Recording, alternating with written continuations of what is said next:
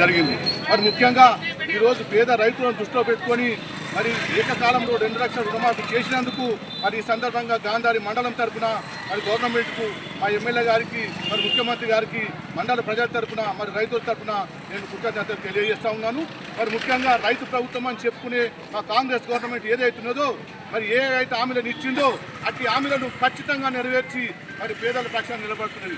మరి గతంలో గవర్నమెంట్ పేద ప్రజలమని చెప్పుకొని మరి రైతులకు వేడీలు వేసిన ఘనత ఆ కేసీఆర్ గారి అయితే ఈరోజు రైతుల పక్షాన పోరాటం చేసి మరి గెలిచిన తర్వాత ఏదైతే హామీ ఇచ్చిండో మరి హామీని నిలబెట్టుకున్న ఘనత కాంగ్రెస్ పార్టీ రేవంత్ రెడ్డిది మరి మా ఎమ్మెల్యే గారిది అని చెప్పేసి ఈ సందర్భంగా నేను మనవి చేస్తూ ఉన్నాను.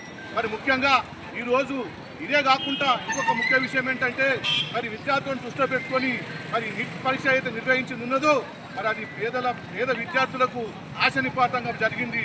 అది పేపర్ లీక్ అవ్వడము మరి సెంట్రల్ గవర్నమెంట్ యొక్క వృత్తి తెలివి తక్కువతనానికి నిదర్శనం అని చెప్పేసి ఈ సందర్భంగా మనవి చేస్తూ ఉన్నాను. మరి ఇప్పటికైనా సోయి తెచ్చుకొని మరి దాన్ని రద్దు చేసి కొత్త పరీక్ష నిర్వహిస్తున్నందుకు అభినందిస్తూ మరి రైతులందరూ ఇదే కాదు ఇంకా ఏదైతే హామీలు ఇచ్చిందో వాటిని ఖచ్చితంగా కాంగ్రెస్ పార్టీ అమలు చేసి తీరుతుందని చెప్పేసి ఈ సందర్భంగా మనవి చేస్తున్నాను. జై కాంగ్రెస్, జై కాంగ్రెస్, మన నాయకత్వం, మన నాయకత్వం.